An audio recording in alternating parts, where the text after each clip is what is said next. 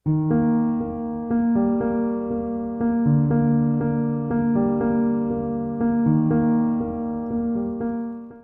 the NCERT books, ਜਦੋਂ ਲੋਕਤੰਤਰ ਦਾ democracy ਦਾ chapter ਪੜਾਉਣ ਲੱਗਦੀ ਹੈ NCERT ਦੀ ਬੁੱਕ, ਉਹਦੇ ਚ ਇੱਕ ਡੈਫੀਨੇਸ਼ਨ ਲਿਖੀ ਹੈ, democracy is a form of government BU by the people, FAR for the people, OFF of the people। ਇਹ ਡੈਫੀਨੇਸ਼ਨ NCERT ਦੀ ਬੁੱਕ ਚ ਦੇ ਕੇ ਉਹ ਐਗਜ਼ਾਮਪਲਰ ਦਿੰਦਾ ਇੱਕ, ਕਹਿੰਦਾ ਇਸ ਡੈਫੀਨੇਸ਼ਨ ਨੂੰ ਦੇਖੋ ਕਿ ਇਹ ਡੈਫੀਨੇਸ਼ਨ ਰਾਈਟ ਹੈ ਜਾਂ ਜੋ ਅਬਰਾਹਮ ਲਿੰਕਨ ਨੇ ਡੈਫੀਨੇਸ਼ਨ ਦਿੱਤੀ ਹੈ, ਦੋਨਾਂ ਚੋਂ ਰਾਈਟ ਡੈਫੀਨੇਸ਼ਨ ਕਿਹੜੀ ਹੈ। Now go to the society and compare both the definitions, whether the first one is correct or the second one is correct। ਹੁਣ ਜਦੋਂ ਬੱਚਾ ਆਪਣੇ ਘਰ ਦੇ ਆਲੇ ਦੁਆਲੇ ਦੇਖਦਾ, ਵੋਟਾਂ ਦੇ ਸੀਜ਼ਨ ਚ ਦੇਖਦਾ ਕਿਵੇਂ ਲੋਕੀ ਆ ਕੇ ਹਰੇਕ MLA MP panchayat sarpanch member ਆ ਕੇ ਹਰ ਇੱਕ 올ਡ ਏਜ ਪੀਪਲ ਦੇ ਪੈਰੀਂ ਹੱਥ ਲਾਉਂਦੇ ਨੇ, ਸਾਰਾ ਕੁਝ ਰਿਸਪੈਕਟ ਦਿੰਦੇ ਨੇ, it is ਬਾय the people. But ਉੱਥੇ ਇੱਕ ਸੀਨ ਇਹ ਵੀ ਨਜ਼ਰ ਆਉਂਦਾ ਕਿ ਸ਼ਾਮ ਨੂੰ ਸਵੀਟਸ, ਸ਼ਾਮ ਨੂੰ ਲਿਕਰ, ਸ਼ਾਮ ਨੂੰ ਮਨੀ, ਉਹ ਸਾਰਾ ਕੁਝ ਲੋਕਾਂ 'ਚ ਡਿਸਟ੍ਰੀਬਿਊਟ ਕੀਤਾ ਜਾਂਦਾ। Then ਜੋ second definition ਦਿਖਾ ਰਹੀ ਹੈ NCERT the book, student will say this is more prominent as compared to first one, people by the votes, then OFF of the people, FAR for the people। ਕਿ ਇਹ ਚੀਜ਼ਾਂ election ਜਿੱਤਣ ਤੋਂ ਬਾਅਦ ਲੋਕਾਂ ਨੂੰ ਨਜ਼ਰ ਨਹੀਂ ਆਉਂਦੀਆਂ, ਆਪਣੇ MC ਨੂੰ ਮਿਲਣ ਲਈ, ਆਪਣੇ MLA ਨੂੰ ਮਿਲਣ ਲਈ, ਆਪਣੇ MP ਨੂੰ ਮਿਲਣ ਲਈ ਕੀ ਕੋਈ ਪਰਸਨ ਸਿੱਧਾ ਐਕਸੈਸ ਹੈ ਕਿਸੇ ਦੀ? ਜਿਹੜੇ MP ਜਿਹੜੇ MLA ਤੁਹਾਡੇ ਘਰ ਆ ਕੇ ਰਿਕੁਐਸਟ ਕਰ ਰਹੇ ਸੀ, now you have to take appointments, you have to wait for 10 15 20 days a 1 minute talk with those persons, then ਉਹ ਬਿਲਕੁਲ ਸਹੀ ਲੱਗਦਾ, of the people for the people। ਹੁਣ ਜਦੋਂ ਇਸ ਤਰੀਕੇ ਨਾਲ ਬੱਚਿਆਂ ਦੇ ਸਾਹਮਣੇ ਤੁਸੀਂ ਸਿਚੁਏਸ਼ਨ ਕ੍ਰੀਏਟ ਕਰਕੇ ਦੋ ਚੀਜ਼ਾਂ ਨੂੰ ਕੰਪੇਅਰ ਕਰਵਾ ਰਹੇ ਹੋ, ਉਸ ਡੈਫੀਨੇਸ਼ਨ ਨੂੰ ਪਾਰਟਸ ਦੇ ਵਿੱਚ ਐਨਾਲਾਈਜ਼ ਕਰਵਾ ਰਹੇ ਹੋ, you are working at analysis level, ਜਿਹਨੂੰ ਕੀ ਕਿਹਾ ਗਿਆ? Analyze, then evaluate, then creation। These are the higher order thinking। ਜਿਹੜੀਆਂ ਪਹਿਲੀਆਂ ਤਿੰਨ ਨੇ, these are called lower order thinking skills। ਉੱਪਰ ਵਾਲੀਆਂ ਤਿੰਨ ਨੂੰ ਕੀ ਕਿਹਾ ਜਾਂਦਾ? higher order thinking skills। ਸਾਡੇ ਸਕੂਲ ਐਜੂਕੇਸ਼ਨ ਦੀ, ਸਾਡੀ education the, this is a tragedy that we are always working at a lower order thinking skills, remembering, understanding and applying। And most of the time we are at remembering level, not crossing the first level of Bloom taxonomy। It is talking about the 6 levels that कि ਅਸੀਂ start ਕਿੱਥੋਂ ਕਰਨਾ? ਬਿਲਕੁਲ ਛੋਟੇ level ਤੋਂ ਹੌਲੀ ਹੌਲੀ ਬੱਚੇ ਨੂੰ ਇੱਕ ਇੱਕ ਸਟੈਪ ਚੜਾਉਂਦੇ ਹੋਏ ਕਿੱਥੇ ਤੱਕ ਲੈ ਕੇ ਜਾਣਾ, ਜਿੱਥੇ ਬੱਚਾ ਅੱਜ ਦੀ ਸਿਚੁਏਸ਼ਨ ਦੇ ਅਕੋਰਡਿੰਗਲੀ ਆਪਣੀ ਡੈਫੀਨੇਸ਼ਨ ਖੁਦ ਬਣਾ ਸਕੇ ਜਾਂ ਆਪਣੀ ਡੈਫੀਨੇਸ਼ਨ ਕੋਈ ਦੇ ਸਕੇ ਕਿ ਅੱਜ ਦੀਆਂ relevant conditions, this is the definition of democracy। then ਜਾਂ ਆਈਡੀਅਲ ਡੈਫੀਨੇਸ਼ਨ ਤੇ ਪ੍ਰੈਕਟੀਕਲ ਡੈਫੀਨੇਸ਼ਨ ਦੇ ਵਿਚਕਾਰ ਦਾ ਸਾਧਨ ਕੀ ਹੋ ਸਕਦਾ। So this is the duty and responsibility of the teacher. ਹੁਣ ਇਹਦੀ ਸ਼ੁਰੂਆਤ ਕਿੱਥੋਂ ਹੁੰਦੀ ਹੈ?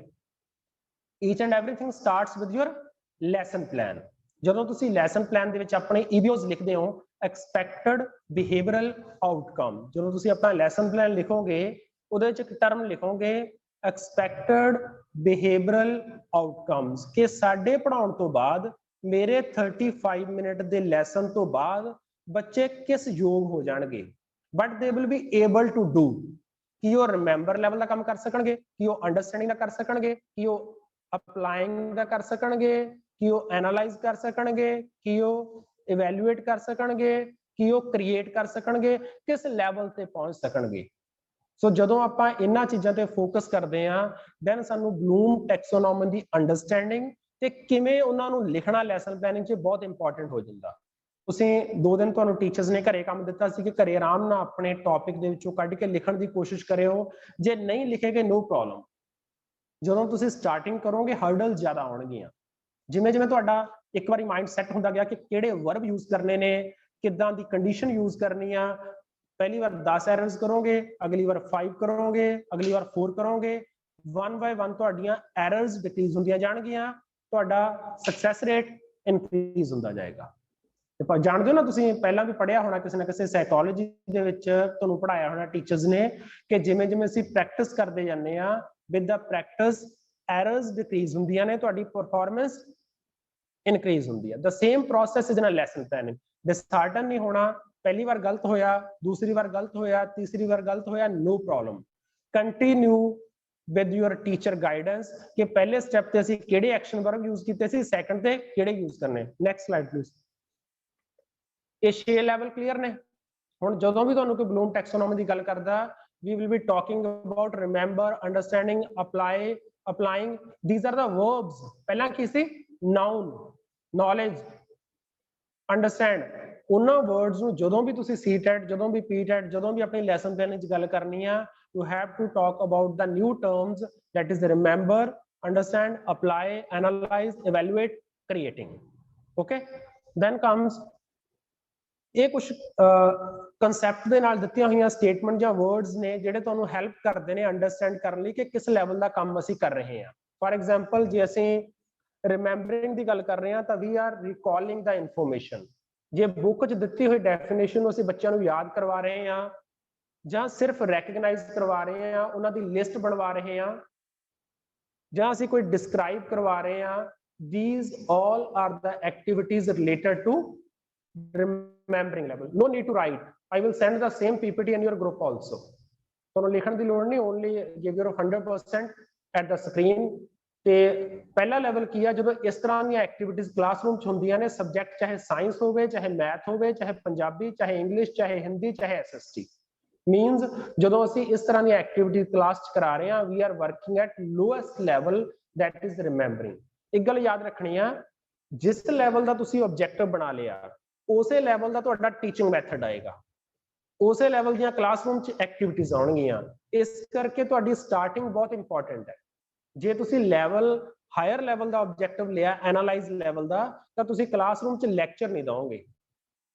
ऑब्वियसली एनालाइज कराने ਲਈ ਤੁਸੀਂ ਕਰਾਓਗੇ, ਕਲਾਸਰੂਮ 'ਚ ਐਕਟੀਵਿਟੀਜ਼ ਕਰਵਾਓਗੇ, ਕਲਾਸਰੂਮ 'ਚ ਪ੍ਰੈਕਟੀਕਲ ਵਰਕ ਹੋਏਗਾ, ਕਲਾਸਰੂਮ 'ਚ ਪ੍ਰੋਜੈਕਟ ਵਰਕ ਹੋ ਸਕਦਾ, ਕਲਾਸਰੂਮ 'ਚ ਤੁਸੀਂ ਕੋਈ out of the classroom activity ਕਰ ਸਕਦੇ ਹੋ।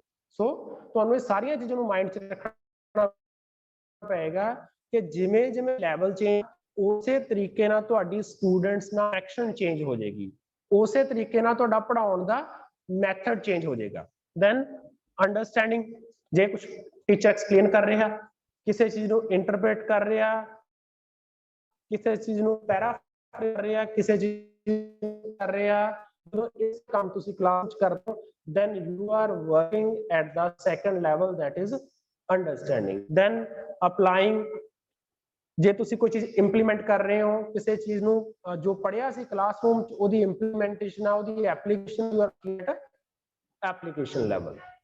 ਥਰਡ, ਮੈਥ ਵਿੱਚ ਕਰਦੇ ਹੋ ਤੁਸੀਂ, ਪਹਿਲਾਂ ਕੋਈ ਥਿਊਰਮ ਲਈ ਉਹਨੂੰ ਜੇ ਯਾਦ ਕਰ ਰਹੇ ਹੋ, ਕਿਸੇ ਪਾਇਥਾਗੋਰਸ ਦਿੱਤੀ ਹੋਈ ਥਿਊਰਮ ਨੂੰ ਸਿਰਫ ਯਾਦ ਕੀਤਾ, ਦੈਟ ਇਜ਼ ਫਸਟ ਪੁਆਇੰਟ। ਕਈ ਬੱਚੇ ਯਾਦ ਕਰ ਲੈਂਦੇ ਨੇ, ਸਮਝ ਨਹੀਂ ਆਉਂਦਾ।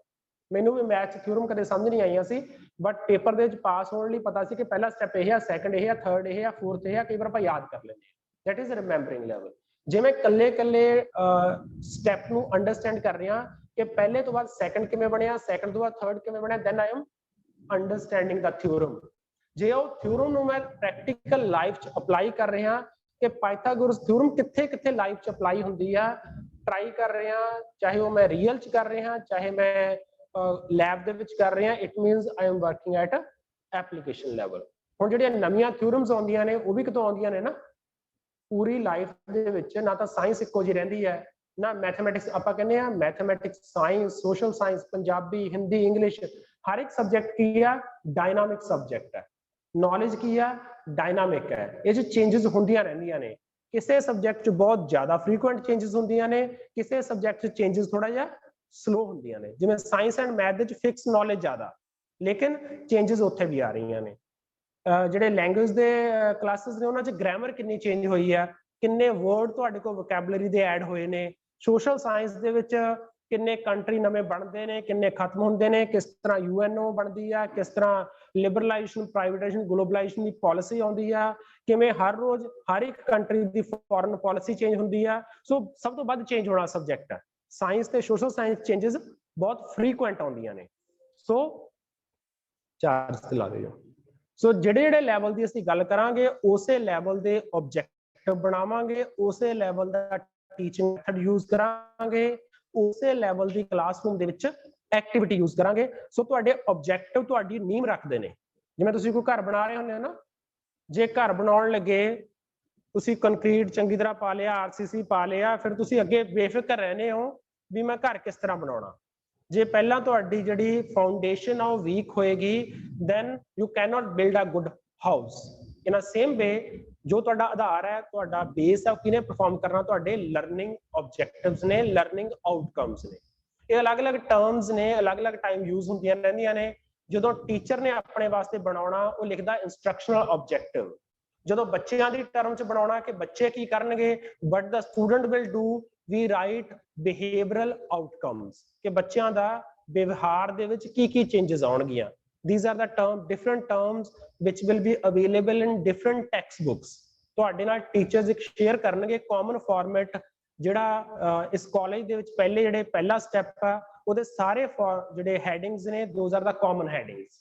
ਉਹ ਟੀਚਰਸ ਨੇ ਬ੍ਰੇਨਸਟਾਰਮਿੰਗ ਦੇ ਨਾਲ, ਆਪਣੀ ਡਿਸਕਸ਼ਨਸ ਦੇ ਨਾਲ ਉਹਨਾਂ ਨੂੰ ਫਾਈਨਲਾਈਜ਼ ਕੀਤਾ। ਦੇ will B sharing with all of you, ਤਾਂ ਕਿ ਸਾਡੇ ਕਾਲਜ ਦੇ ਜਿਹੜੇ ਪਹਿਲੇ ਸਟੈਪ ਨੇ, ਚਾਹੇ ਉਹ ਜਨਰਲ ਏਡ ਨੇ, ਜਨਰਲ ਏਮਸ ਨੇ, ਸਪੈਸੀਫਿਕ ਏਡ ਨੇ, ਐਂਟਰੀ ਬਿਹੇਵੀਅਰ ਟੈਸਟਿੰਗ ਔਰ ਇੰਟਰੋਡਕਸ਼ਨ ਹੈ, ਐਂਟਰੀ ਬਿਹੇਵੀਅਰ ਅਜ਼ਿਊਮਡ ਹੈ, expected behavioral outcomes ne, real learning outcomes ne, these terms will be shared with all of you in 1 or 2 days।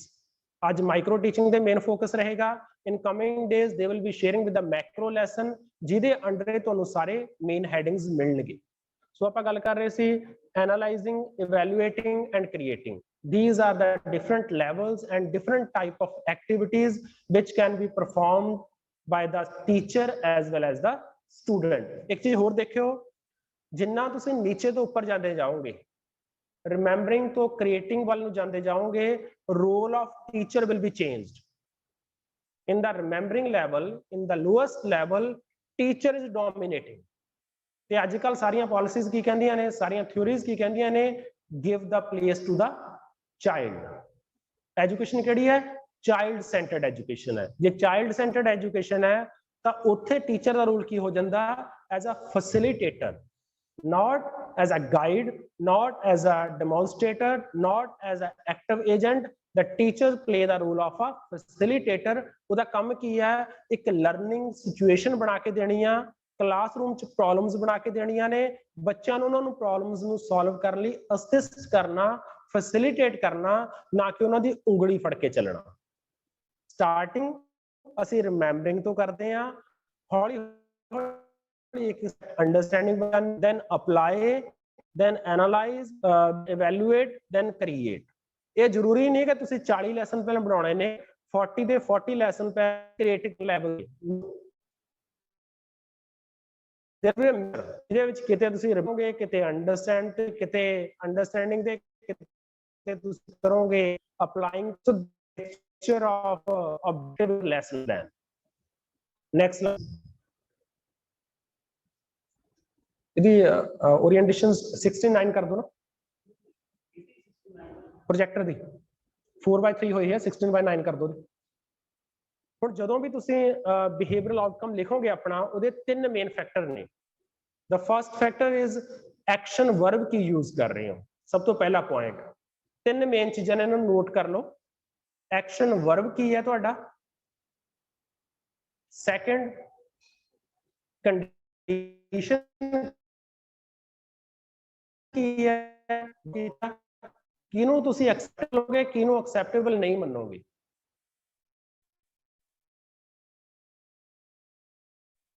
Condition, third is standard.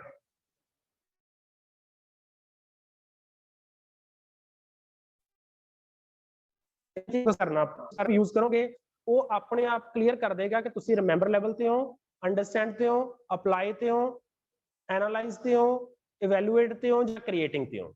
क्योंकि हर एक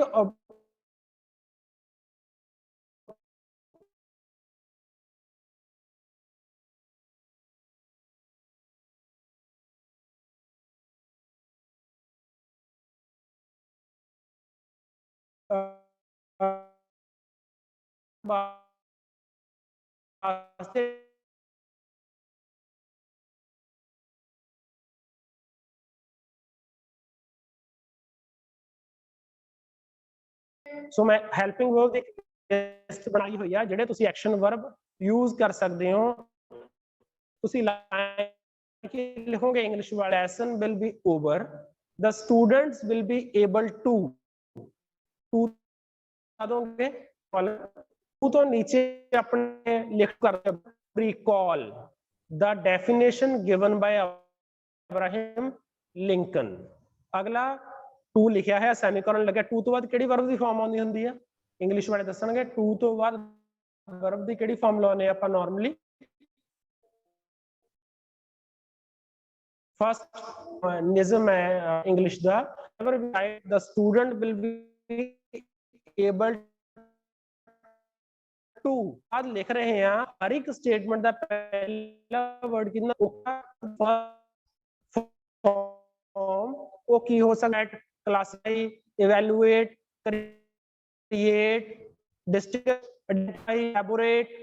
वो word वो use करना जिन्होंने भी तुसी ऑब्जेक्टिव लिखते हो ये कहा जाता है कि objective should be smart. Smart का मीनिंग की होता should be specific। रिप्लाई का दूसरी बार भी रिपीट करके देख सके। then they should be testable ताकि इसको टेस्ट कर सके। EBOs should be smart, specific, measurable, achievable, R तो replicable, T तो testable। मान लो तुसी लिखिया after the lesson will be over student will be able to know। हुण know term की है, it is a subjective term। क्यों अवॉइड किया जाता know word, understand word, these are the subjective word. जो तुसी नो कहा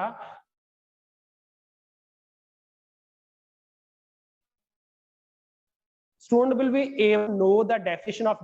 बच्चों करो लिखी बच्चों तुसी डेफिनेशन नू जानते हो। बच्चे क्लास पूरी होने तो बाद डेमोक्रेसी की डेफिनेशन नू जान सकणगे। ये वर्ड लिखते हैं आप बहुत बारी पंजाबी च ते इंग्लिश लिखते हैं they will be able to know. ਹੁਣ ਤੁਸੀਂ क्लास हर एक ऑब्जेक्टिव ਨੂੰ ਟੈਸਟ करना।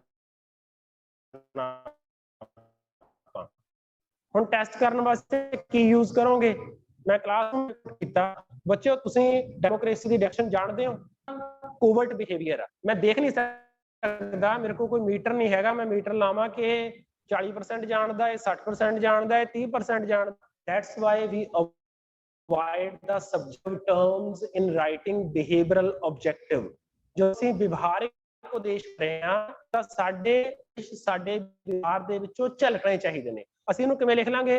they will be able to recall the definition of given by Abraham Lincoln as given by the Abraham Lincoln। they will be able to recall the definition of democracy as given by Abraham Lincoln. हुण clear हो गया ना की सुनना democracy च किहदी definition? Abraham Lincoln दी। किवें सुननी है? रिकॉल करनगे। हुण पूछोगे student speak, student recite, word मिलिया चीज नूं चाहिए किहड़ा वर्ड यूज करना मैं अपने रियल लर्निंग आउटकम्स दे विच। स्टार्टिंग लिखदे हो एक्सपेक्टेड बिहेवियरल आउटकम्स, अनुमानित व्यवहारिक उद्देश। एंड दे आके की लिखते हो लेसन पूरा हो जाता असल लर्निंग आउटकम्स। ये दोनों चीज़ां आपस मिलदियां ने। जिस तरह के तुसी ईबीओस बनाए ने उस तरह के की होने चाहिए आरएलओस होने चाहिए ने। सो जदों भी तुसी हुण ईबीओ बनाओगे you must be very much clear that तीन चीज़ां होनी चाहिए ने। पहला आ मैजरेबल वर्ब जिन्हों तुसी क्लासरूम दे विच मैजर कर सको, चाहे तुसी मैजर करो चाहे कोई होर करे, मीनिंग सेम रहे। अजकल सिस्टम की एक ट्रेजडी की है कि असी बीजदे आ किकरां ते लभदे आ बेर। जे किकर बीजी है तो किकर की देगी तुहानूं कंडे ही देगी, किकर बेर नहीं देगी। सो जिस लैवल का असी पढ़ाया हुंदा पढ़ा असी होर लैवल ते हुंदे आ, टेस्ट असी किसी होर लैवल ते करदे आ। फिर फॉल्ट किहदा कढदे आ? बच्चे दा फॉल्ट कढदे आ कि बच्चा परफॉर्म नहीं कर पाया। In the cases the fault is in our methodology। we are teaching at different level and testing at। हुण तुहानूं जदों पेपर च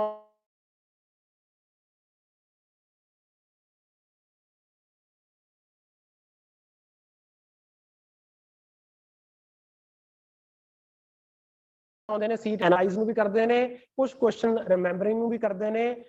most of the MCQ are focused on two type of objective, one is understanding and other is applying। ਤੇ ਤੁਹਾਡੀ B.Ed ਦੇ ਵਿੱਚ ਕੋਈ MCQ ਦਾ paper ਹੁੰਦਾ? ਚਾਰੋਂ ਸਮੈਸਟਰ 'ਚ ਕੋਈ MCQ ਦਾ ਪੇਪਰ ਹੈਗਾ? ਇਹਦਾ ਸ਼ੁਰੂ ਕੀਤਾ ਕਿ ਕਦੇ ਕਲਾਸਰੂਮ ਦੇ ਵਿੱਚ MCQ ਦਾ ਪੇਪਰ ਹੋਇਆ ਤੁਹਾਡਾ? ਆਲਵੇਜ਼ ਪੇਪਰ ਕੀ ਹੁੰਦਾ? ਐਸੇ ਟਾਈਪ। ਜਦੋਂ ਸਾਨੂੰ ਸੀਟੈਟ ਤੇ ਪੀਟੈਟ 'ਚ ਕੁਆਲੀਫਾਈ ਕਰਵਾਉਣਾ, ਫਿਰ ਪੇਪਰ ਕਿਹੜਾ ਹੁੰਦਾ? MCQ। ਉੱਥੇ ਕਿਤੇ ਫੋਕਸ ਹੁੰਦਾ? ਰਿਮੈਂਬਰਿੰਗ ਤੇ, ਜਾਂ ਜੇ ਅਸੀਂ ਕਹੀਏ ਐਸੇ ਟਾਈਪ ਕੁਐਸਚਨ ਉਸ ਤਰ੍ਹਾਂ ਤਾਂ ਨਹੀਂ ਬਣਦੇ ਕਿ ਕ੍ਰੀਏਟਿੰਗ ਲੈਵਲ ਦੇ ਕਰ ਸਕਣ, ਇੱਥੇ ਸਿਰਫ ਰਿਮੈਂਬਰਿੰਗ ਲੈਵਲ ਦੇ ਐਸੇ ਟਾਈਪ ਬਣ ਪਾਉਂਦੇ ਨੇ। ਉਹੀ ਤੁਸੀਂ ਪੁਰਾਣੇ, ਅਸੀਂ ਵੀ ਬੁੱਕ ਬੈਂਕ ਬਣਾਉਨੇ ਆ, ਤੁਸੀਂ ਲਾਇਬ੍ਰੇਰੀ 'ਚ ਜਾ ਕੇ ਪੁਰਾਣੇ ਪੇਪਰ ਕੱਢ ਲਓ, 90% paper will be, question will be at the remembering level. ਉਹਨੂੰ ਬੁੱਕ 'ਚੋਂ ਜਾ ਕੇ ਚੱਕ ਲਓ, ਸੇਮ ਕੁਐਸਚਨ ਦਾ ਆਨਸਰ ਤੁਹਾਨੂੰ ਬੁੱਕ 'ਚੋਂ ਮਿਲ ਜਾਏਗਾ। ਸੋ ਸਾਡਾ ਪ੍ਰੋਬਲਮ ਕੀ ਆ? ਅਸੀਂ ਪਲਾਨ ਕਿਸੇ ਹੋਰ ਲੈਵਲ ਤੇ ਕਰਦੇ ਆ ਤੇ ਟੈਸਟ ਕਿਸੇ, ਪਰ ਆਪਾਂ ਉਹ ਗਲਤੀ ਨਹੀਂ ਕਰਨੀ। ਜਿੰਨੀ ਸੁਧਾਰ ਸਕੀਏ, ਜਿੰਨਾ ਬੈਸਟ ਅਸੀਂ ਦੇ ਸਕੀਏ, we will plan for a specific level and we will test for a specific level। then condition ਕਿ ਕਿੰਨਾ ਕੰਡੀਸ਼ਨ 'ਚ ਬੱਚਾ ਉਹ ਕੰਮ ਕਰੇਗਾ। ਥਰਡ, ਸਟੈਂਡਰਡ, ਕਿੰਨਾ ਕੁ ਸਹੀ ਕਰੇ ਤੇ ਅਸੀਂ ਉਹਨੂੰ ਮੰਨਾਂਗੇ ਸਹੀ, ਕਿੰਨਾ ਕੁ ਸਹੀ ਮੰਨੇ ਤੇ ਅਸੀਂ ਉਹਨੂੰ ਗਲਤ ਮੰਨਾਂਗੇ। ਜਿਵੇਂ ਤੁਹਾਡੇ ਪਾਸ ਹੋਣ ਦਾ ਸਟੈਂਡਰਡ ਕੀ ਹੈ? 40% ਮਾਰਕਸ ਨੇ ਨਾ B.Ed 'ਚ, ਉਹ ਕੀ ਹੈ ਤੁਹਾਡਾ ਸਟੈਂਡਰਡ। ਕਿ ਇਸ ਸਟੈਂਡਰਡ ਤੋਂ ਉੱਪਰ ਹੋ ਗਿਆ ਬੱਚਾ ਕੀ ਹੈ? ਪਾਸ। ਇਸ ਸਟੈਂਡਰਡ ਤੋਂ ਨੀਚੇ ਗਿਆ ਬੱਚਾ ਕੀ ਹੈ? ਫੇਲ। ਹੁਣ ਸੇਮ ਤਰੀਕੇ ਨਾਲ ਤੁਸੀਂ ਆਪਣੀ ਕਲਾਸਰੂਮ ਦੇ ਆਬਜੈਕਟਿਵ ਦਾ ਸਟੈਂਡਰਡ ਸੈੱਟ ਕਰ ਸਕਦੇ ਹੋ। ਜੇ ਤੁਸੀਂ ਕਿਹਾ after the lesson will be over, student will be able to identify. ਹੁਣ ਮੈਂ ਵਰਡ ਕਿਹੜਾ ਯੂਜ਼ ਕੀਤਾ? ਐਕਸ਼ਨ ਵਰਬ ਕਿਹੜਾ ਯੂਜ਼ ਕੀਤਾ? ਆਇਡੈਂਟੀਫਾਈ। ਆਇਡੈਂਟੀਫਾਈ ਕਿਹੜੇ ਲੈਵਲ ਤੇ ਆਏਗਾ? ਸੈਕੰਡ ਜਾਂ ਥਰਡ ਲੈਵਲ ਤੇ। ਕੁਝ ਵਰਬ ਇੰਟਰਰਿਲੇਟਡ ਹੋ ਸਕਦੇ ਨੇ, ਓਵਰਲੈਪਿੰਗ ਹੋ ਸਕਦੇ ਨੇ। ਹੁਣ ਜਦੋਂ ਮੈਂ ਇਹ ਵਰਡ ਯੂਜ਼ ਕਰ ਰਿਹਾ ਆਇਡੈਂਟੀਫਾਈ, ਇਹ ਸ਼ੋਰ ਹੈ ਕਿ ਰਿਮੈਂਬਰ ਲੈਵਲ ਦਾ ਨਹੀਂ ਹੈਗਾ। ਇਟ ਇਜ਼ ਈਦਰ ਅੰਡਰਸਟੈਂਡਿੰਗ ਔਰ apply। they will be able to identify at least 5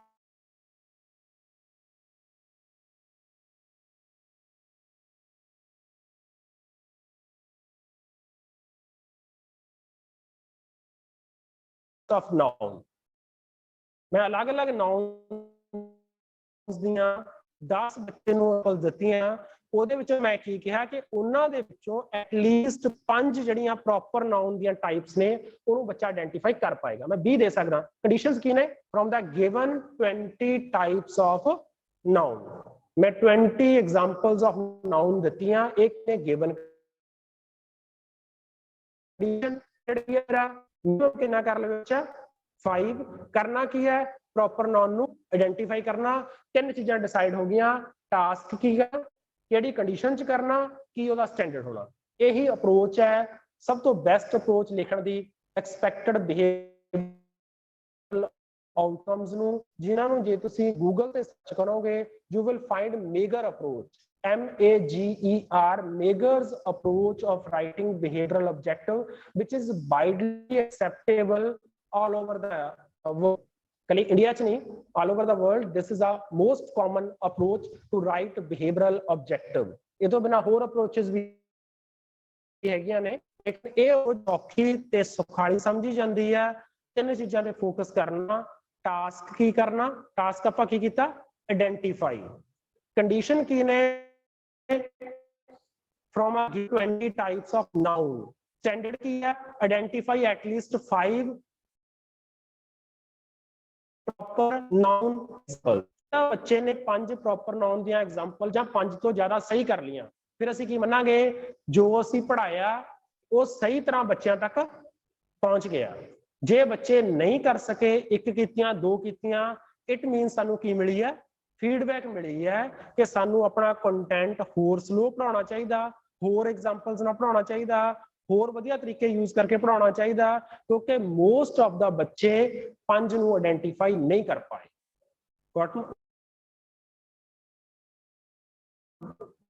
idea ਆਪਾਂ ਕੀ ਕਰਨਾ ਚਾਹੀਦਾ? ਜਿਹੜੀ ਵੀ ਚੀਜ਼ ਅਸੀਂ ਕਰਨੀ ਆ, ਸਾਨੂੰ ਪਹਿਲਾਂ ਤਾਂ ਪਤਾ ਹੋਵੇ ਕਰਨਾ ਕੀ ਹੈ। ਸੈਕੰਡ, ਕਿਹੜੀਆਂ ਕੰਡੀਸ਼ਨ 'ਚ ਕਰਨਾ, ਕਿੰਨੇ ਕੁ ਲੈਵਲ ਤੱਕ ਅਚੀਵ ਕਰਨਾ। ਜੇ ਤੁਹਾਡੀਆਂ 3 ਚੀਜ਼ਾਂ ਕੰਡੀਸ਼ਨ ਕਲੀਅਰ ਹੋ ਗਈਆਂ, ਤੁਸੀਂ ਇਕੱਲੀ B.Ed ਨਹੀਂ, ਹੋਲ ਲਾਈਫ ਟੀਚਿੰਗ ਦੇ ਵਿੱਚ ਇਹ 3 ਚੀਜ਼ਾਂ ਤੁਹਾਡੇ ਵਾਸਤੇ ਹਮੇਸ਼ਾ ਹੈਲਪ ਕਰਨੀਆਂ। You will be objective in your teaching, कोई भी चीज ਨੂੰ ਮੈਜ਼ਰ ਕਰ ਪਾਓਗੇ, ਬੱਚਿਆਂ ਦੇ ਵਿੱਚ ਸਿਗਨੀਫੀਕੈਂਟ ਚੇਂਜਸ ਲੈ ਕੇ ਆ ਪਾਓਗੇ। ਅਦਰਵਾਈਜ਼ ਪ੍ਰੋਬਲਮ ਕੀ ਹੁੰਦੀ ਹੈ ਟੀਚਿੰਗ ਦੇ ਵਿੱਚ, ਸਮਟਾਈਮ ਤੁਸੀਂ ਕਲਾਸਰੂਮ 'ਚ ਜਾਂਦੇ ਹੋ, ਜੋ ਮੈਂ ਪੜ੍ਹਿਆ ਹੁੰਦਾ ਹੁਣ ਤੱਕ ਆ ਰਿਹਾ ਉਹ ਬੈਸਟ ਹੈ, ਬਟ ਜਿਸ ਤਰ੍ਹਾਂ ਟਾਈਮ ਚੇਂਜ ਹੁੰਦਾ, ਜਿਸ ਤਰ੍ਹਾਂ ਮੈਥਡੋਲੋਜੀ ਚੇਂਜ ਹੁੰਦੀ ਆ, ਜਿਸ ਤਰ੍ਹਾਂ ਸਿਨੈਰੀਓ ਚੇਂਜ ਹੁੰਦਾ, we have to change with the changing time. Theory same ਨੇ, ਕੰਟੈਂਟ ਸੇਮ ਆ, ਪੜਾਉਣ ਦਾ ਤਰੀਕਾ ਡਿਫਰੈਂਟ ਫੇਜ਼ 'ਚ ਡਿਫਰੈਂਟ ਰਿਹਾ। ਕਿਸੇ ਟਾਈਮ ਕੀ ਹੁੰਦਾ ਸੀ, ਦਰਖਤਾਂ ਦੇ ਥੱਲੇ ਬੈਠ ਕੇ ਜੋ ਰਿਸ਼ੀ ਮੁਨੀ, ਜੋ ਸਾਡੇ ਗੁਰੂ ਕਹਿੰਦੇ ਸੀ, ਅਸੀਂ ਉਹਨੂੰ ਕੀ ਕਹਿੰਦੇ ਸੀ, ਉਹਦੇ ਕੋਈ ਕਿੰਤੂ ਪ੍ਰੰਤੂ ਨਹੀਂ ਕਰਨਾ। ਇਹੀ ਹੁੰਦਾ ਸੀ ਪੁਰਾਣੇ ਟਾਈਮ ਦੇ ਵਿੱਚ। ਫਿਰ ਕੀ ਆਇਆ, ਟੀਚਰ ਤੇ ਸਟੂਡੈਂਟ ਦੀ ਆਪਸ ਦੇ ਵਿੱਚ ਇੰਟਰੈਕਸ਼ਨ ਸ਼ੁਰੂ ਹੋਈ ਕਿ ਨਹੀਂ, ਬੱਚਿਆਂ ਦੀ ਗਤੀਵਿਧੀ ਨਾਲ ਬੱਚਿਆਂ ਨੂੰ ਨਾਲ ਲੈ ਕੇ ਪੜਾਉਣਾ। ਹੁਣ ਹੌਲੀ ਹੌਲੀ ਅਸੀਂ ਕਿਸ ਪਾਸੇ ਨੂੰ ਫੋਕਸ ਕਰ ਰਹੇ ਹਾਂ ਕਿ ਬੱਚਿਆਂ ਤੇ ਫੋਕਸ ਰੱਖ ਕੇ ਪੜਾਉਣਾ। ਟੀਚਰ ਸੈਕੰਡਰੀ ਆ, ਬੱਚਾ ਕੀ ਹੈ, ਪ੍ਰਾਇਮਰੀ ਹੈ। ਪਹਿਲਾਂ ਟੀਚਰ ਪ੍ਰਾਇਮਰੀ ਸੀ, ਬੱਚਾ ਸੈਕੰਡਰੀ ਸੀ।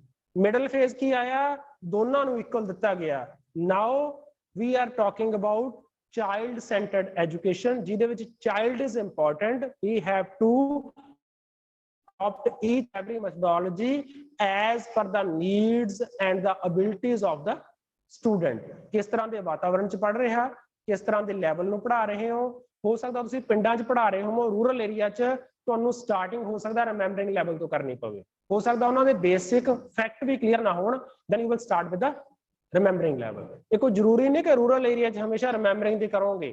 ਕਈ ਵਾਰ ਰੂਰਲ ਏਰੀਆ ਦੇ ਵਿੱਚ ਕਿਸੇ ਪੌਸ਼ ਏਰੀਆ ਦੇ ਨਾਲੋਂ ਵੀ ਵਧੀਆ ਬੱਚੇ ਹੋ ਸਕਦੇ ਨੇ ਜਿਹੜੇ ਪ੍ਰੈਕਟੀਕਲ ਤੁਹਾਡੇ ਨਾਲ ਡਿਸਕਸ਼ਨ ਕਰ ਸਕਦੇ ਨੇ। ਸੋ ਮੈਂ ਇੱਕ ਐਗਜ਼ਾਮਪਲ ਦਿੱਤੀ ਆ, we can not take for granted ਕਿ ਰੂਰਲ 'ਚ ਹਮੇਸ਼ਾ ਹੀ ਰਿਮੈਂਬਰ ਤੋਂ ਸ਼ੁਰੂ ਹੋਏਗਾ ਤੇ ਸ਼ਹਿਰ 'ਚ ਹਮੇਸ਼ਾ ਹੀ ਐਨਾਲਾਈਜ਼ ਤੋਂ ਸ਼ੁਰੂ ਹੋਏਗਾ। No, it will depend upon your classroom, the entry behavior of your students. Okay, next कर सर slide. Next मैम ये डिस्कस कर ले। नेक्स्ट ये कुछ वर्ड ने स्क्रीन तो शायद तो घट visible, I will send the same slide in your WhatsApp. ਤੁਸੀਂ ਇਹਨਾਂ ਨੂੰ ਨੋਟ ਡਾਊਨ ਕਰ ਲਓ, ਤੁਹਾਡੇ ਸਬਜੈਕਟ ਰਿਲੇਟਡ ਬੁੱਕਸ 'ਚ ਹੋਣਗੇ। ਕਈ ਕਿਤਾਬਾਂ ਪੁਰਾਣੀਆਂ ਲਿਖੀਆਂ ਹੋਈਆਂ ਨੇ, ਉਹਨਾਂ ਕਿਤਾਬਾਂ ਨੂੰ ਬਲਾਈਂਡ ਲਿਖੇ ਹੋਏ ਨੇ, ਕੋਈ ਚੀਜ਼ ਪਰਫੈਕਟ ਨਹੀਂ ਹੁੰਦੀ। ਵਿਦ ਇਨਕਰੀਮੈਂਟਲ ਚੇਂਜਸ ਅਸੀਂ ਉਸ ਚੀਜ਼ ਨੂੰ ਬੈਟਰ ਬਣਾ ਸਕਦੇ ਹਾਂ। ਜਦੋਂ ਹੁਣ ਤੁਸੀਂ ਸਕੂਲਾਂ 'ਚ ਜਾਣਾ, 10 ਸਾਲ ਪੁਰਾਣਾ ਇਨਵਾਇਰਨਮੈਂਟ ਸਕੂਲਾਂ 'ਚ ਨਹੀਂ ਹੈਗਾ। ਜਦੋਂ ਤੁਸੀਂ ਜਾ ਕੇ ਕਿਸੇ CBSE, ICSE board, even PSB board ਜਾ ਕੇ ਪੜਾਉਣ ਲੱਗੋਗੇ, they will ask about the lesson planning. ਜੇ ਤੁਹਾਨੂੰ ਲੈਸਨ ਪਲੈਨਿੰਗ ਦੇ ਟਾਈਮ ਤੁਹਾਡੇ ਐਕਸਪੈਕਟਡ ਬਿਹੇਵੀਅਰਲ ਆਊਟਕਮਸ ਕਲੀਅਰ ਨਹੀਂ ਹੈਗੇ, ਤੁਹਾਨੂੰ ਇਹ ਨਹੀਂ ਪਤਾ ਕਿ ਐਂਟਰੀ ਬਿਹੇਵੀਅਰ ਕੀ ਹੁੰਦਾ, ਤੁਹਾਨੂੰ ਇਹ ਨਹੀਂ ਪਤਾ ਟਰਮੀਨਲ ਬਿਹੇਵੀਅਰ ਕੀ ਹੁੰਦਾ, ਤੁਹਾਨੂੰ ਇਹ ਨਹੀਂ ਪਤਾ ਰੀਅਲ ਲਰਨਿੰਗ ਆਊਟਕਮਸ ਕੀ ਹੁੰਦੇ ਨੇ, ਦੈਨ ਸਾਨੂੰ ਸਾਡੀ ਜੌਬ ਦਾ ਰਿਜ਼ਲਟ ਪਹਿਲਾਂ ਹੀ ਪਤਾ। We can't blame the school system, we can't blame the higher authorities, because we were not able to perform as desired in the modern time. So ਇਹ ਨਾ ਹੋਵੇ ਕਿ ਅਸੀਂ ਪਹਿਲਾਂ ਕੁਝ ਹੋਰ ਸਿੱਖ ਕੇ ਜਾਈਏ, ਫਿਰ ਜਦੋਂ ਸਕੂਲ 'ਚ ਜਾਓ ਤੁਹਾਡੀ ਵਰਕਸ਼ਾਪ ਲਾਉਣ ਕਿ ਨਹੀਂ ਜੋ ਤੁਸੀਂ ਸਿੱਖਿਆ ਸਾਰਾ ਗਲਤ ਹੈ। ਨਵਾਂ ਸਿੱਖਣ ਲੱਗੇ ਜਿੰਨੀ ਮਿਹਨਤ ਕਰ ਲਓਗੇ, ਇੱਕ ਖਾਲੀ ਸਲੇਟ ਤੇ ਲਿਖਣਾ ਬਹੁਤ ਔਖਾ ਹੁੰਦਾ। It is very easy to run on a plain surface, but it's very difficult task to write ਜਿੱਥੇ ਪਹਿਲਾਂ ਲਿਖਿਆ ਹੋਵੇ। ਉਹਨੂੰ ਇੱਕ ਵਾਰੀ ਰਬ ਕਰੋਗੇ, 2 ਵਾਰੀ ਕਰੋਗੇ, 3 ਵਾਰੀ ਕਰੋਗੇ, ਫਿਰ ਵੀ ਉਹਦੇ ਇੰਪ੍ਰਿੰਟ ਵਿੱਚ ਰਹੀ ਜਾਣਗੇ, ਜਿਹਦੇ ਕਰਕੇ ਤੁਹਾਨੂੰ ਕਨਫਿਊਜ਼ਨ ਆਉਂਦੀ ਰਹੇਗੀ। ਤੁਸੀਂ ਸਾਈਕੋਲੋਜੀ 'ਚ ਪੜ੍ਹਦੇ ਹੋ, ਜਿੰਨੀ ਲਰਨਿੰਗ ਜ਼ਰੂਰੀ ਹੈ ਉਨੀ ਹੀ ਡੀ ਲਰਨਿੰਗ ਜ਼ਰੂਰੀ ਹੈ। ਲਰਨਿੰਗ ਸੌਖੀ ਹੈ, ਡੀ ਲਰਨਿੰਗ ਔਖੀ ਹੈ।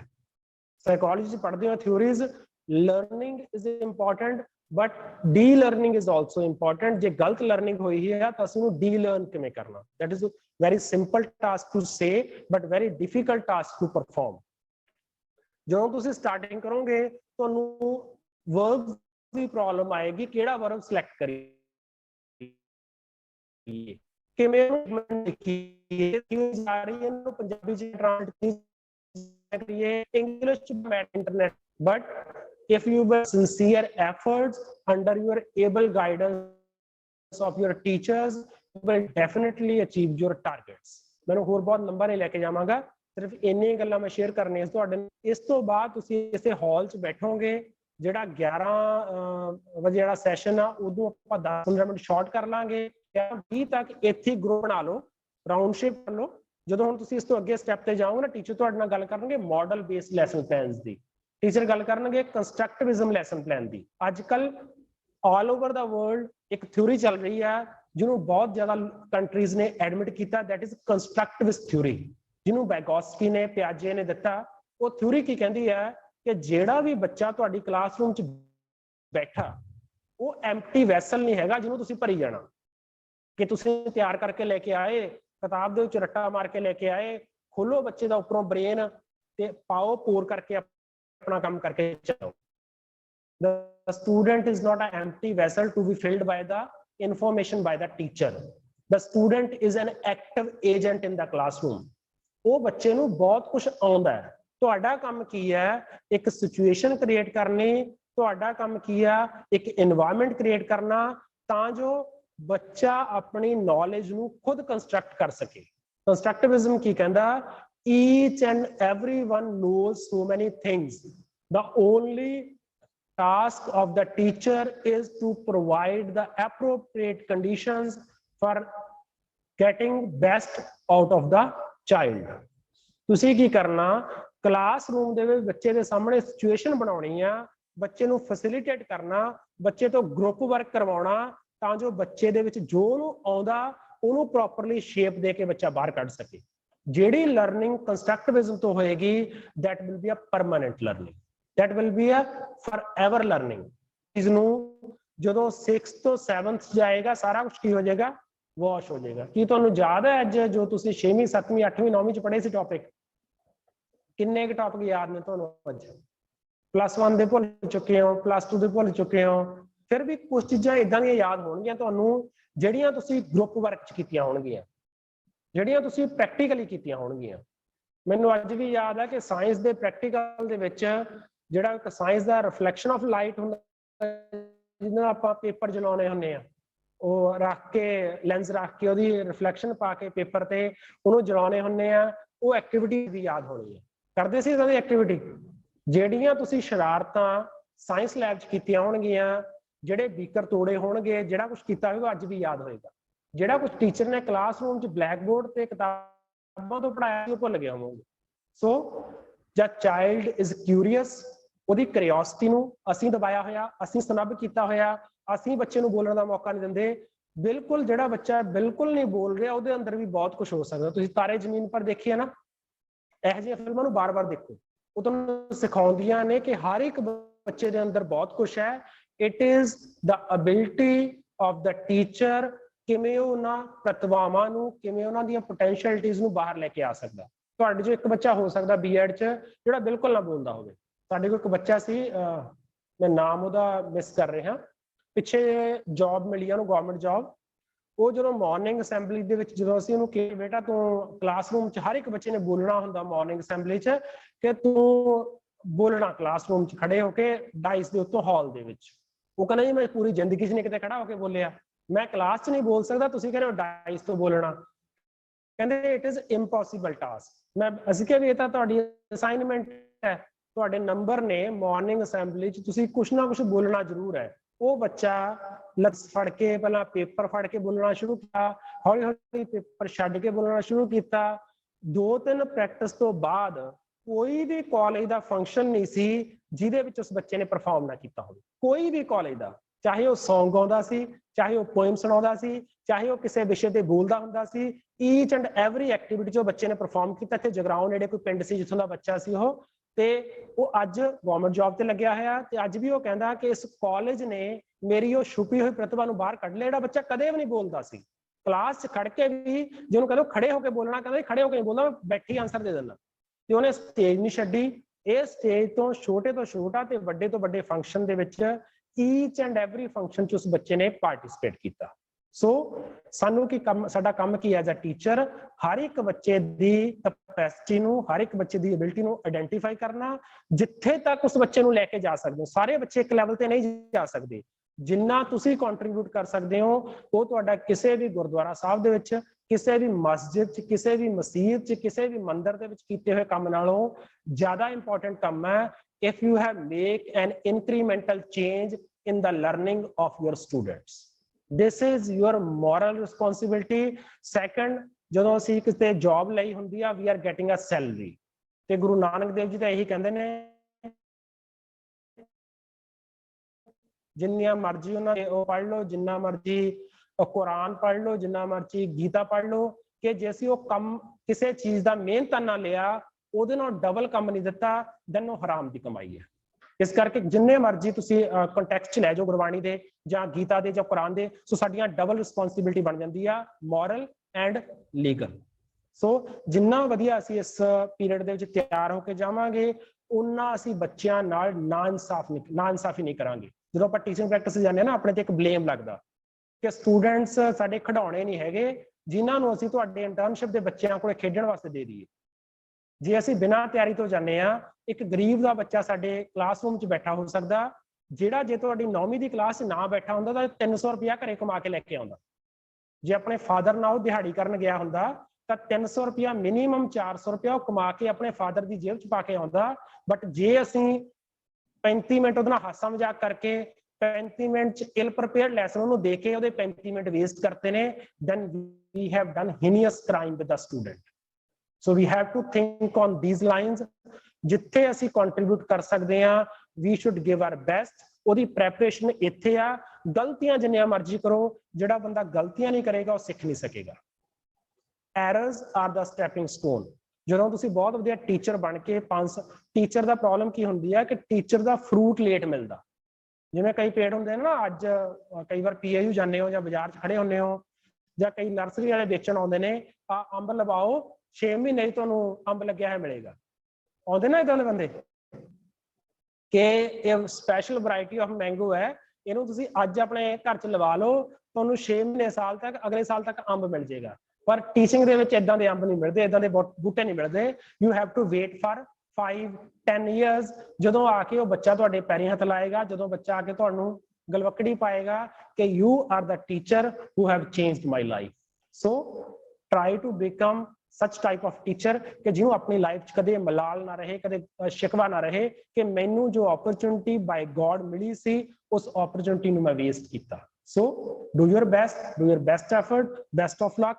ਹੁਣ ਇੱਥੇ ਹੀ ਗਰੁੱਪਿੰਗ ਦੇ ਵਿੱਚ ਬੈਠ ਜਾਓ, ਤੁਹਾਡੇ ਟੀਚਰ ਤੁਹਾਡੇ ਨਾਲ ਡਿਸਕਸ ਕਰਨਗੇ। ਆਪੋ ਆਪਣੀਆਂ ਟੈਕਸਟ ਬੁੱਕਸ ਦੇ ਵਿੱਚੋਂ ਜਿੰਨਾ ਕੁ ਮੈਟਰ ਲੱਭ ਸਕਦੇ ਹੋ, ਜੋ ਤੁਸੀਂ ਘਰੋਂ ਕਰਕੇ ਲੈ ਕੇ ਆਏ ਹੋ, ਜਿੰਨੀਆਂ ਮਰਜ਼ੀ ਐਰਰਸ ਕਰੋ, ਨਵੇਂ ਵਰਡ ਬਣਾ ਕੇ ਦੇਖੋ ਕਿਵੇਂ ਬਣਦੇ ਨੇ।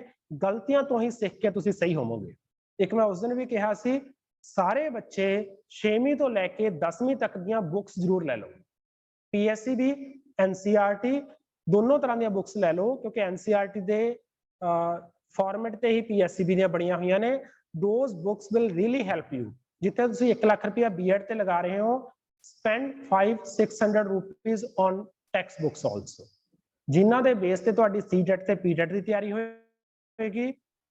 ਪੂਰੀ ਟੀਚਿੰਗ ਪ੍ਰੈਕਟਿਸ ਤੁਹਾਡੇ ਕੰਮ ਹੋਣਗੀਆਂ। ਇਹ ਨਹੀਂ ਕਿਸੇ ਬੱਚੇ ਦੀ ਬੁੱਕ ਫੜ ਲਈ, ਬੱਚੇ ਨੂੰ ਘਰੋਂ ਹੋਮਵਰਕ ਦਿੱਤਾ, ਉਹ ਕਹਿੰਦਾ ਬੁੱਕ ਤਾਂ ਮੈਡਮ ਤੁਹਾਡੇ ਕੋਲ ਸੀ ਮੇਰੀ, ਤੁਸੀਂ ਮੇਰੀ ਕਲਾਸਰੂਮ 'ਚ ਬੁੱਕ ਫੜ ਕੇ ਲੈ ਗਏ ਸੀ, ਮੈਂ ਹੋਮਵਰਕ ਕਿੱਥੋਂ ਕਰਦਾ, ਬੁੱਕ ਤਾਂ ਤੁਹਾਡੇ ਕੋਲ ਸੀ।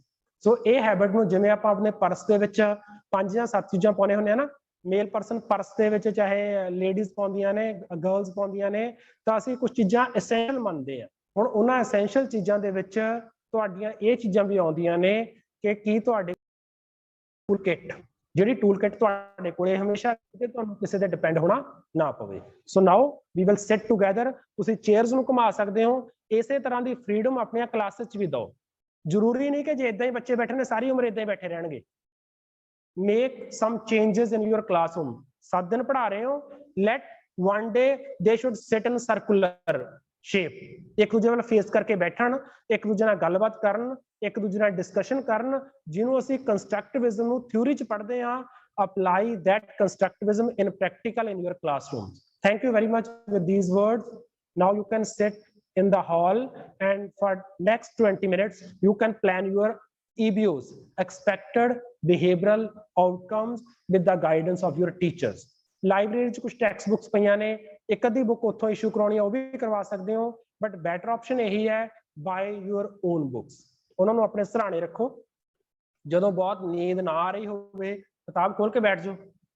ਕਿਸੇ ਨੀਂਦ ਦੀ ਗੋਲੀ ਨਾਲੋਂ ਬਹੁਤ ਵਧੀਆ ਕਿਤਾਬ ਹੈ। ਪਹਿਲਾਂ ਟੇਬਲ ਤੇ ਬੈਠ ਜਾਓ, ਥੋੜੇ ਟਾਈਮ ਬਾਅਦ ਬੈੱਡ ਤੇ ਬੈਠ ਜਾਓ, थोड़े बाद तकिए ਨੂੰ ਥੋੜਾ ਜਿਹਾ ਸਾਈਡ ਤੇ ਲਾ ਕੇ ਪੜ੍ਹਨ ਲੱਗ ਜਾਓ, ਹੌਲੀ ਹੌਲੀ 10-15 ਮਿੰਟ ਦੇ ਵਿੱਚ ਗੋਲੀ ਨੇ ਅਸਰ ਕਰਨਾ, 15-20 ਮਿੰਟਾਂ 'ਚ ਬਹੁਤ ਵਧੀਆ ਨੀਂਦ ਆਏਗੀ, ਬਹੁਤ ਵਧੀਆ ਦਵਾਈ ਹੈ ਇਹ ਨੀਂਦ ਦੀ।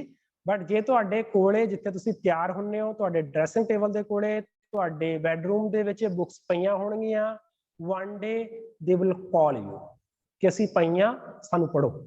ਸੋ ਮੇਕ ਅ ਹੈਬਿਟ ਕਿ ਇਹ ਬੁੱਕਸ ਤੁਹਾਡੇ ਕੋਲ ਹਮੇਸ਼ਾ ਰਹਿਣ। Thank you very much.